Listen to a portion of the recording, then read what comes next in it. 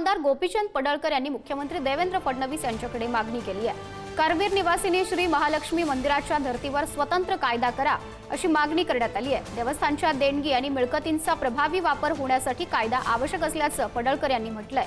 तर भक्तांना आवश्यक सेवा सुविधा मिळण्यासाठी फायदा होईल। देवस्थान समितीवर मेंढपाळ समाजातील भक्तांना प्रतिनिधित्व द्या। पडळकर यांनी पत्राद्वारे मुख्यमंत्री देवेंद्र फडणवीस यांच्याकडे याबाबतची मागणी केलेली आहे। श्री शिर्डी देवस्थान साईबाबा यांचा जो कायदा आहे तशा पद्धतीचा कायदा श्री संत बाळूमामा देवस्थान आदमापूर या मंदिराच्या बाबतीमध्ये राज्य सरकारने करावा की जेणेकरून हा कायदा केल्याच्या नंतर अत्यंत चांगली पारदर्शकता ही देवस्थानच्या कारभारामध्ये आणता येईल।